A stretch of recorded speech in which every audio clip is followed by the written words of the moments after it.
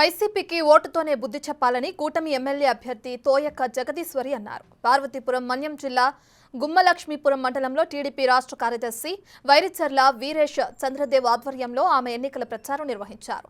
సార్వత్రిక ఎన్నికల్లో తనను ఎంపీ అభ్యర్థి కొత్తపల్లి గీతను అత్యధిక మెజార్టీతో గెలిపించాలని జగదీశ్వరి కోరారు. ఇక టీడీపీతోనే రాష్ట్ర అభివృద్ధి సాధ్యమన్నారు. వైసీపీ అరాచక పాలనకు చరమగీతం పాడాలని ఆమె పిలుపునిచ్చారు. స్థానిక వైసీపీ ఎమ్మెల్యే పుష్ప శ్రీవాణి గొప్పలు చెప్పుకోవడం తప్ప నియోజకవర్గానికి చేసిందేమీ లేదన్నారు.